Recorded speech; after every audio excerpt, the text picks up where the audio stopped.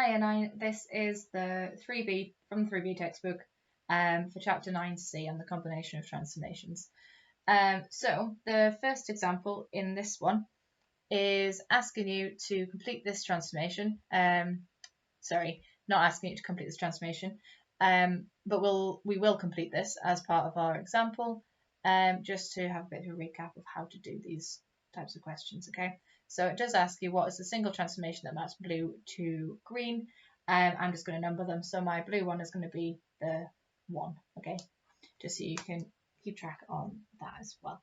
So we need to reflect in our y-axis. So we know that our y-axis is this one here, going up.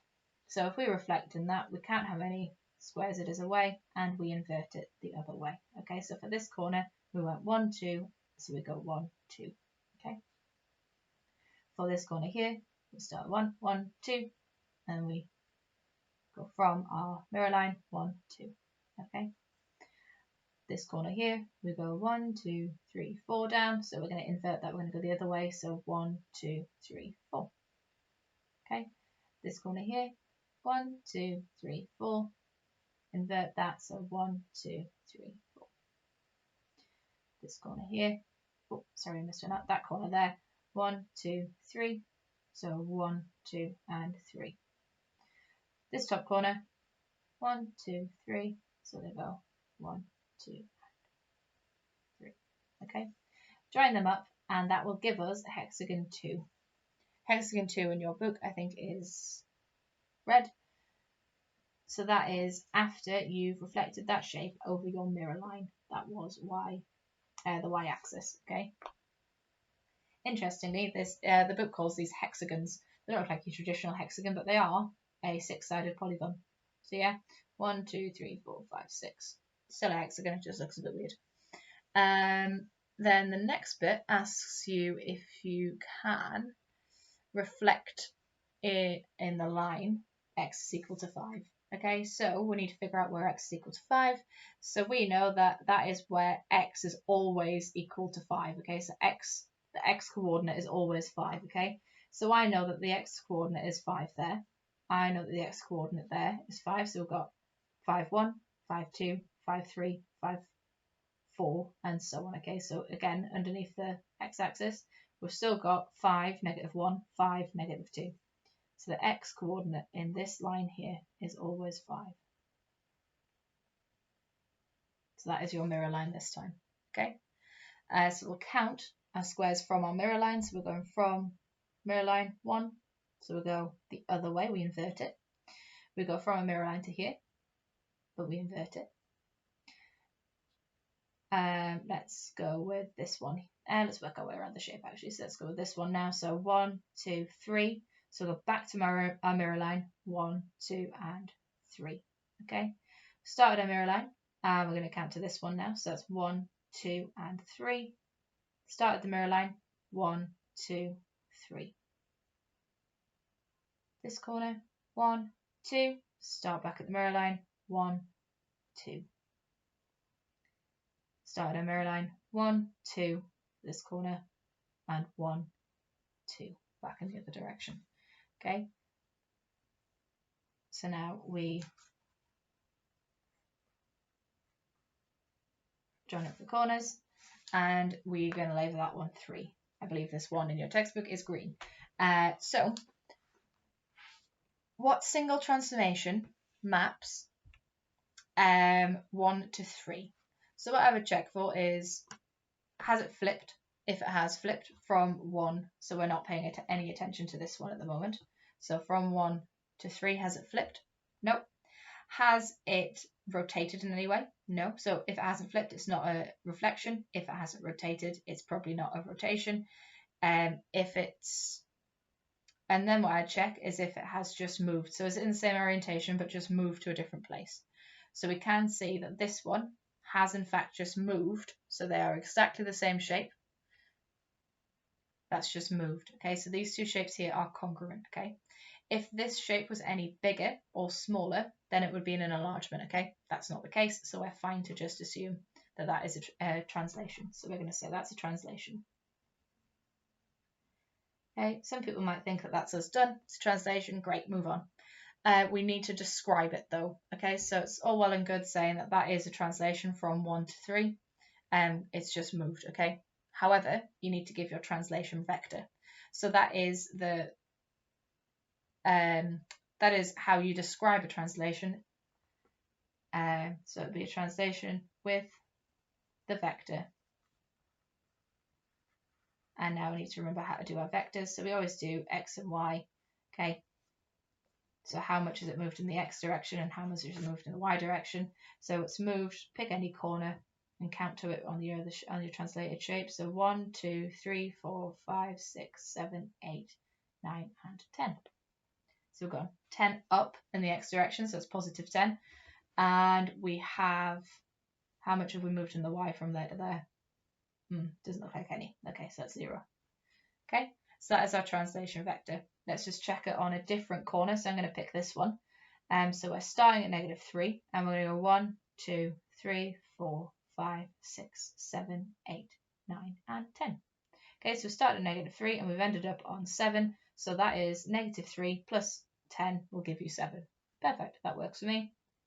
And this corner again hasn't moved up or down in the y direction, so that's fine. That can just stay at 0. Okay. In example 2 in the textbook, this it just focuses on reflections again. So if we reflect A in the y-axis to give B, reflect B in the line y is equal to x to give C, and what's the single transformation again? So for this one then we need to figure out which one is the y-axis. Y-axis is always the one that's going up. Okay, so if we reflect this shape here in our y-axis, it's just going to flip across over there. Okay, so this is our mirror line. We start with this corner. That corner is on our mirror line, so that doesn't move. Okay. This corner here, we started a mirror line and we count across, so it just goes 1. Let's do the same on this side. And this is our final corner. We started our mirror line and we count across, it just goes 1. So this one's just going to go 1. Okay. So that will give you B. Okay. Now we need to reflect in the line y is equal to x to give us what C is. So y is equal to x is all of the coordinates, so that'll just be a line through all the coordinates where x and y are equal. So it's going to go for 0, so this is 1, 1. This will be 2, 2, 3, 3. That's there. This will be -1, 1. -1, -1, sorry. -2. -2 will be our next one. So do you see that we have 1, 1, 2, 2, 3, 3, 4, 4, and -1, -1, -2, -2, and so on. Okay, so that's why that is our line y is equal to x. Reflecting over that is a little bit trickier.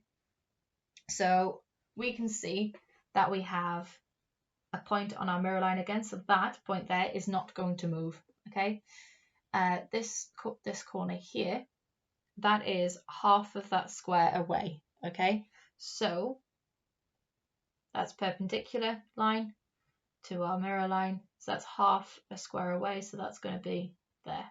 Okay, so the perpendicular distance is what we're interested in from our corner to the mirror line, so that's half a square, so it's half a square in the opposite direction. This one, the perpendicular distance is that, so that's 1 square, so we're going to be 1 square away in the other direction, the inverse direction.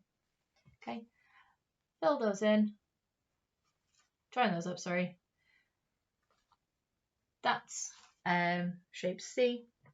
So now part C is asking you what is the single transformation from A to C. So what I check for again is, does it look like a reflection? Is it so from this shape, have we just reflected it over any line to get to C? It doesn't look that way because it's not just an inverted triangle of A. So has it moved in any way like in our previous example? Has it just moved from our position in A up or down or left and right? It doesn't look like it. It looks like it has rotated around. Okay, so we have our shape A and it looks like it's just fallen over, so it's been rotated. So when we're dealing with rotations, I'd usually use a piece of tracing paper, so I'd draw around A. Okay, so for our rotation, so we've decided that we have a rotation, sorry. So I'd write that down. So we need, for rotations, we need the direction, the amount of turn, and our center of rotation. Okay, so I'm going to find my center of rotation first, okay? So I'd usually just try my origin to start off with, okay? Seems like an obvious one, so I would try that, and lo and behold, it works, okay? So that is the obvious one to pick to start off with. So rotation, center of rotation.